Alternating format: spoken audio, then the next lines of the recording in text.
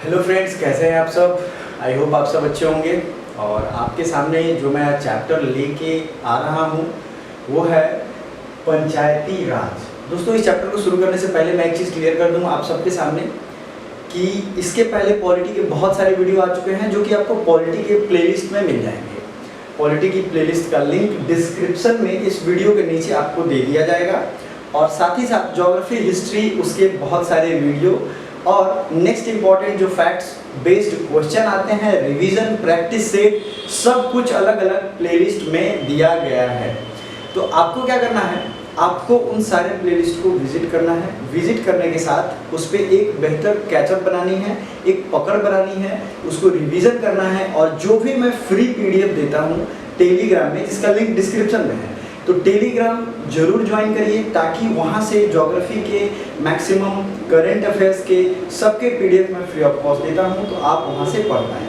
ठीक है, पहले जो बोर्ड पे है उसका आप एक स्क्रीनशॉट ले सकते हैं, क्योंकि ये जितने पॉइंट हैं इनसे क्वेश्चन आए हुए हैं। सबसे बड़ी चीज़ है कि क्वेश्चन इतने ज़्यादा इंपॉर्टेंट है कि कोई भी एग्जाम हो, आपको पता ही है 2021 के कोर्स हमने स्टार्ट कर दिए हैं और अभी तक ये पहला मेरा लाइव वीडियो होगा पंचायती राज एंड पॉलिटी सेक्शन के लिए।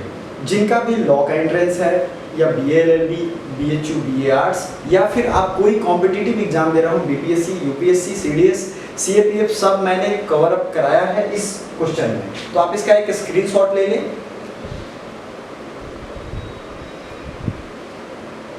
तो स्क्रीनशॉट आई होप आपने ले लिया होगा। अब आपको क्या करना है, क्या ध्यान रखना है। सबसे इम्पोर्टेंट चीज़ क्या है कि पंचायती राज की समझ होनी चाहिए। पंचायती राज है क्या? पंचायती राज जो है, गांधी, विनोबा भावे और कुछ हमारे महान दार्शनिक जो थे, फ्रीडम फाइटर थे, उनका एक सपना था।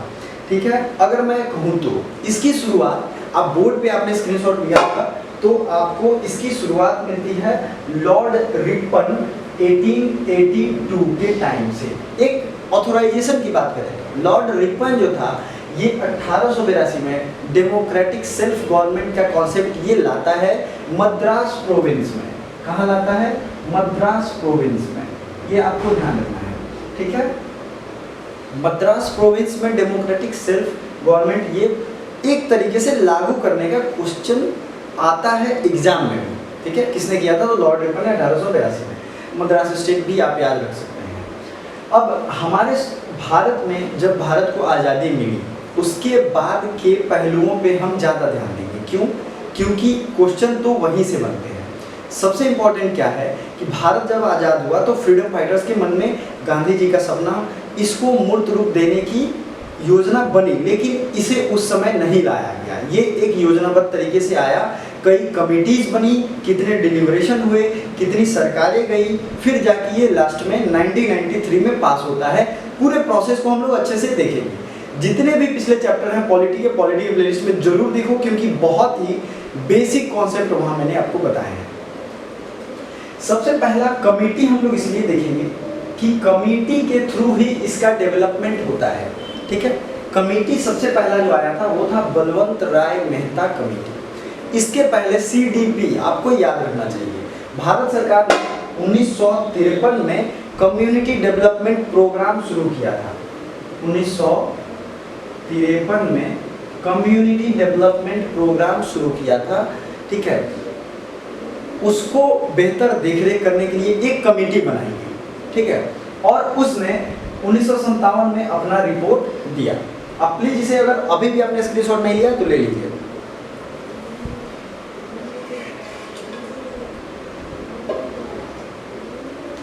क्योंकि ये एक माइलस्टोन है और ये हर लेवल पे एग्जाम में यही क्वेश्चन आते हैं। बलवंत राय मेहता ने 1957 में अपनी रिपोर्ट दी और इन्होंने 3 टियर डेमोक्रेटिक डिसेंट्रलाइजेशन, मतलब लोकतांत्रिक विकेंद्रीकरण का कॉन्सेप्ट दिया और इसे उस समय से पंचायती राज का एक तरीके से कहा जाने लगा। ये आपको ध्यान रखना है। 3 टियर का कॉन्सेप्ट इन्होंने दिया था। क्वेश्चन 2 ही आते हैं, कब अपॉइंट हुआ और कितने टियर का कॉन्सेप्ट था। 2 चीजें आपको ध्यान रखनी है। फिर आते हैं 1957 की ये बात है। उसके बाद एक और कमेटी बनती है, अशोक राय मेहता कमेटी। इन्होंने टू टियर का कॉन्सेप्ट दिया था। ये कमेटी कब आई थी? 1977 में। 1977 में अशोक राय मेहता कमेटी ने ये सिर्फ इन्होंने टू टियर का कॉन्सेप्ट दिया था। रीज़न क्या था टू टियर का कॉन्सेप्ट देने का? इनका था कि ब्लॉक पंचायत या मंडल पंचायत का इन्होंने कॉन्सेप्ट दिया, ठीक है। उसके बाद नेक्स्ट जो कमेटी आती है वो आती है GVK राव कमेटी, या इसे राव कमेटी के नाम से भी जानते हैं। मूल रूप से जो हम आज देखते हैं पंचायती राज व्यवस्था का स्वरूप वो इन्हीं का दिया हुआ है, ठीक है। तो सबसे पहले 1985 में, और स्टेट PCS के एग्जाम में डेट भी पूछे जाते हैं, इसलिए आपको स्क्रीनशॉट या नोट कर लो। सबसे बेटर रहेगा कि आप अपने पास, मैं एक नोट आपको दिखाऊंगा कैसे नोट बनाना है लाइन बाय लाइन, जो कि एग्जाम में उतने ही फैक्ट से क्वेश्चन पूछे जाते हैं PT में। चूंकि आप PT क्रैक कर पाओगे तो फिर मेंस का सोच पाओगे। तो 1985 में प्लानिंग कमीशन के द्वारा GVK राव कमेटी बनाई जाती है, जो अपनी रिपोर्ट भी आगे देती है। इन्होंने भी 3 टियर का ही कॉन्सेप्ट दिया था, ठीक है। और लगभग जो आज आप सिनेरियो देखते हो पंचायती राज का, वो यहाँ से आता है। नेक्स्ट है, अगला कमेटी है LM Singhvi committee. LM Singhvi committee ने GVK राव कमेटी से आगे का काम किया। इसलिए इन्होंने आगे का काम किया कि GVK राव ने फाउंडेशन तो दिया, लेकिन अपने देश में कोई भी चीज ग्रासरूट लेवल पे लागू करनी है, इसका नाम ही है पंचायती राज या लोकल सेल्फ गवर्नमेंट, स्थानीय स्वशासन। तो स्थानीय स्वशासन तभी लागू हो पाएगा जब हम उसको संवैधानिक दर्जा दे पाए। सबसे बड़ी बात, संवैधानिक दर्जा देने के लिए आपको सबसे पहली चीज़ है कि कॉन्स्टिट्यूशन में उसे लाना पड़ेगा। उसके लिए प्रोविजंस, आर्टिकल्स, लॉ, रेगुलेशन, सारे कानून बनाने पड़ेंगे और पार्लियामेंट में उसे पास करना पड़ेगा। ये मैं इसलिए इतनी बातें कह रहा हूँ कि ये शुरू किया गया था LM सिंघवी के द्वारा। इन्होंने सबसे ज़्यादा फोकस किया कि पिछले जो भी चीज़ें हुई हैं उसमें सिर्फ एक बहुत बड़ी चीज़ की कमी है, और वो है कॉन्स्टिट्यूशनलाइजेशन, मतलब इसका संवैधानिक दर्जा जल्द से जल्द दिया जाए, ठीक है। तो आप जो 14 अप्रैल 1992 को ये कानून लागू होता है, वो इन्हीं के प्रयासों के बाद ये शुरू होता है। तो देखिए, कॉन्स्टिट्यूशनलाइजेशन इन्होंने आर्टिकल 40 में इसकी बात कही थी, क्योंकि गांधी जी का सपना था, गांधीयन फिलॉसफी आप देखते होंगे, ऑर्गेनाइजेशन ऑफ विलेज पंचायत, ये directive principle of state policy में इसकी बात की गई थी। अब देखिए यहाँ पे क्या होता है, कॉन्स्टिट्यूशनलाइजेशन इसलिए भी जरूरी था कि हमारा संविधान बना, उसमें आर्टिकल 40 में ये बात की गई थी, अनुच्छेद 40 में, कि ग्राम पंचायत बनाए जाएंगे। तो ये ऐच्छिक था, मतलब कि राज्य अपने मन मुताबिक बना सकते थे, कंपल्सरी नहीं था। इसको कंपल्सरी करने के लिए सबसे पहला काम क्या जरूरी है, इसका कॉन्स्टिट्यूशनलाइजेशन किया गया, ठीक है। कॉन्स्टिट्यूशनलाइजेशन के लिए सबसे इंपॉर्टेंट है इसे एक बिल के रूप में पास किया जाए। अब आप कॉन्सेप्ट समझ गए होंगे, क्योंकि जो DPSP होता है फंडामेंटल राइट से अलग होता है। फंडामेंटल राइट लागू होते हैं, जस्टिसिएबल होते हैं, लेकिन DPSP जो है वो जस्टिसिएबल नहीं होते हैं। वो अगर लागू नहीं होता है तो कोई भी व्यक्ति कोर्ट में नहीं जा सकता है। सिंपल शब्दों में मैं आपको बता रहा हूँ। तो ये इनके प्रयासों से शुरू हुआ कॉन्स्टिट्यूशनलाइजेशन, आर्टिकल 40 अनुच्छेद 40। इसमें इन्होंने जो 2 चीजें दी उसके बारे में एग्जाम में पूछा जाता है, ठीक है। पहला जो है वो है न्याय पंचायत। इन्होंने एक नया कॉन्सेप्ट दिया न्याय पंचायत का, ठीक है। नेक्स्ट है 3 स्तरीय या 3 टियर पंचायती राज व्यवस्था का इन्होंने भी कॉन्सेप्ट दिया। अब हम इसे डिटेल में जब देखेंगे तो इन 3 टियर्स को मैं तोड़ूंगा अच्छे से, ब्रेक करके आपको किसका हेड कौन होता है, उसका इलेक्शन कैसे होता है, सिलेक्शन कैसे होता है, ये मैं सब कुछ आपको बताऊंगा। तो मोटामोटी ये चीजें आपको देखनी पड़ेंगी। फिर हम लोग देखेंगे इसका संवैधानिक दर्जा किस तरीके से पेश हुआ, किस किस सरकार में प्रस्ताव रखे गए और क्या क्या मेन कॉन्सेप्ट है जो एग्जाम में पूछे गए हैं। तो सबसे पहले एक बार इसको रिकॉल करेंगे, रिवीजन करेंगे, क्योंकि पढ़ना बहुत आसान है, रिवीजन करना ज़्यादा जरूरी है, क्योंकि आदमी भूल भी जाता है उतनी तेजी से। सबसे पहले बलवंत राय मेहता कमेटी आई 1957 में। इसके पहले कम्युनिटी डेवलपमेंट प्रोग्राम चल रही थी 1953 में, ठीक है। तो बलवंत राय मेहता कमेटी के रिकमेंडेशन के बाद आपको 2 क्वेश्चन और मैं अभी ऐड करूंगा, इसलिए रिकॉल जरूरी है। राजस्थान के नागौर जिले में, कहाँ पे, राजस्थान के नागौर जिले में, प्लीज नोट करिए, पेन और कॉपी लेके बैठिए। नागौर जिले में 1957 में सबसे पहला पंचायती राज व्यवस्था का, ग्राम पंचायत का एक तरीके से शुभारंभ हुआ। पहला स्टेट कौन था? राजस्थान। कौन था? नागौर जिला। दूसरा था आंध्र प्रदेश। अब देखिए बीपीएससी में ये क्वेश्चन आ चुका है पहले भी। दूसरा कौन था? पहला कौन था? दो अलग अलग सालों में, दोनों साल ये पूछे गए हैं, तो दूसरा भी आपको याद रखना है। तो आपने देखा बलवंत राय मेहता 3 टियर सिस्टम इन्होंने लाया था, नागौर में पहला, दूसरा में आंध्र प्रदेश। नेक्स्ट जो है अशोक राय मेहता कमेटी, इन्होंने 2 टियर का रिकमेंडेशन किया था 1977 में। इसके 20 साल बाद ही आती है, और इस समय भी इन्होंने सिर्फ रिकमेंडेशन दिया। और इसके बाद फिर आती है 1985 की कमेटी, उनका नाम है GV राव कमेटी। इन्होंने प्लानिंग कमीशन के तहत अपनी रिपोर्ट प्रस्तुत की, और प्रस्तुत करने के बाद जो आज हम आज मूर्त रूप देखते हैं वो लगभग इन्हीं के पैटर्न पे बेस है। ठीक है। फिर LM सिंघवी कमेटी आती है 1986 में। 1986 की ये जो LM सिंघवी कमेटी है, ये मुख्यतः फोकस्ड रहती है GV राव के बेस पे और कॉन्स्टिट्यूशनलाइजेशन मतलब संवैधानिकरण के फेज पे। ठीक है। इसमें इन्होंने न्याय पंचायत से क्वेश्चन आए हुए हैं, और 3 स्तरीय था ये। अब आपको क्या ध्यान रखना है,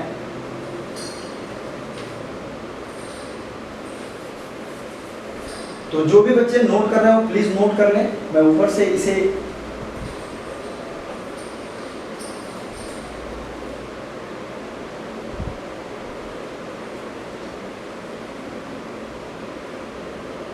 क्योंकि जो भी ईयर्स हैं वो बहुत ही ज़्यादा जरूरी हो जाते हैं। तो आई होप आपने नोट कर लिए होंगे, क्योंकि नेक्स्ट जो पॉइंट्स हैं वो पढ़ने के लिए आपको बहुत ही ज़्यादा इंपॉर्टेंट है। ये हमने देखा कि कैसे इसकी शुरुआत हुई, कहाँ यहाँ तक हमने कैसे पहुँचे। नेक्स्ट जो चीज़ें होंगी, कॉन्स्टिट्यूशन, हमारे संविधान में क्या है इसके बारे में प्रोविजन, ये जानना ज़्यादा जरूरी है। स्टेट लिस्ट में सबसे पहले 3 तरीके का लिस्ट होता है, आपको पता ही होगा, स्टेट लिस्ट, कंकरेंट लिस्ट और सेंट्रल लिस्ट। स्टेट लिस्ट में इसकी बात की गई है, ये भी बीपीएससी में और बिहार पब्लिक बीपीएसएससी में, मतलब जो सब इंस्पेक्टर का एग्जाम जिसे मैंने 2 बार ऑलरेडी मैं निकाल चुका हूँ, तो इसमें ये पूछा जा चुका है पंचायती राज व्यवस्था किस लिस्ट में है? स्टेट लिस्ट में है। स्टेट लिस्ट में होने का मतलब क्या है? इस पे रिलेटेड नियम कानून रेगुलेशन कुछ भी रिलेटेड हो, किसको अधिकार प्राप्त है? स्टेट गवर्नमेंट को। स्टेट लेजिस्लेटिव असेंबली जो होती है वो इस पे कानून बनाएगी। ठीक है। नेक्स्ट आपको ध्यान रखना है कि इसके बारे में प्रोविजन है अनुच्छेद 40 में। आर्टिकल 40 जो है डेडिकेटेड है पंचायती राज व्यवस्था के लिए। ठीक है। लॉर्ड रिपन आपको याद रखना है, एक तरीके से गुलाम भारत में हम बात करेंगे तो इन्होंने किया था। पंचायती राज लोकल सेल्फ गवर्नमेंट, इंग्लिश वाले जो स्टूडेंट हैं, मैं खुद इंग्लिश में पढ़ता हूँ, लेकिन हिंदी और इंग्लिश दोनों चीजें आपको ध्यान रखनी है। लोकल सेल्फ गवर्नमेंट की बात यहाँ पे की गई है। अब इसकी प्रोसेस शुरू होती है LM सिंघवी कमेटी के रिकमेंडेशन के बाद कि इसे अब संविधान में लाया जाए as a bill, as a resolution. तो सबसे पहले राजीव गांधी सरकार ने चाहा, शुरू किया, बट वो पास नहीं हो पाया। उसके बाद नेशनल फ्रंट गवर्नमेंट के VP सिंह ने भी ट्राई किया, लेकिन इनको बहुमत नहीं थी, जिसकी वजह से ये भी पास नहीं हो पाया। अंततोगत्वा फाइनली मैं ये क्रोनोलॉजिकल ऑर्डर इसलिए बता रहा हूँ कि आपको ये आइडिया मिले कि इसे पास करने में किन किन सरकारों का योगदान है। तो सबसे पहला प्रयास किया था राजीव गांधी ने, क्वेश्चन आ चुका है, और फाइनली नरसिम्हा राव, PV नरसिम्हा राव के टाइम में 24 अप्रैल 1993 से ये फाइनली लागू होता है पास होने के बाद। इसीलिए 24 अप्रैल को हम पंचायती राज दिवस मनाते हैं, पंचायती राज डे मनाते हैं। Don't focus on my hand writing, क्योंकि मैं फास्ट लिख रहा हूँ। ठीक है। तो ये 24 अप्रैल 1993 को ये बातें हैं। आर्टिकल कौन कौन से कवर अप किए जाते हैं इसके अंदर? आर्टिकल है 243 से 243O तक। ठीक है। प्रेजेंट सिस्टम जो कौन सा है, तो वो 3 टियर सिस्टम है। 3 टियर में पहला है ग्राम पंचायत, ठीक है, दूसरा है ब्लॉक, और तीसरा है डिस्ट्रिक्ट पंचायत या जिला पंचायत। ठीक है, जिला पंचायत। तो 3 लेयर्स जो हैं ये अपने आप में इंपॉर्टेंट है।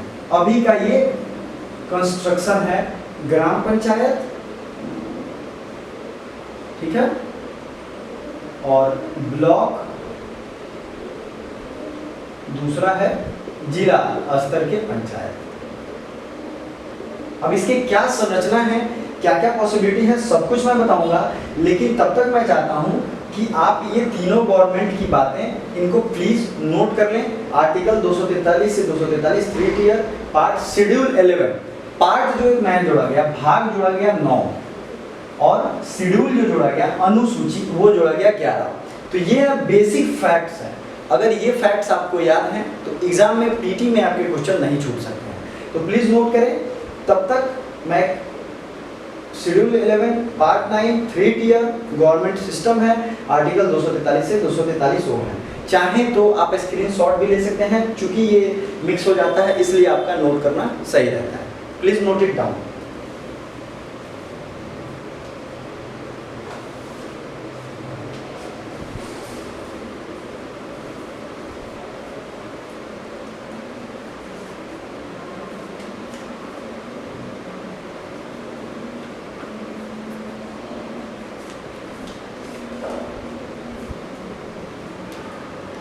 ठीक है, तो ये आई होप आपने नोट कर लिया होगा। और अब जो नेक्स्ट चीजें हम देखेंगे वो ये देखने वाले हैं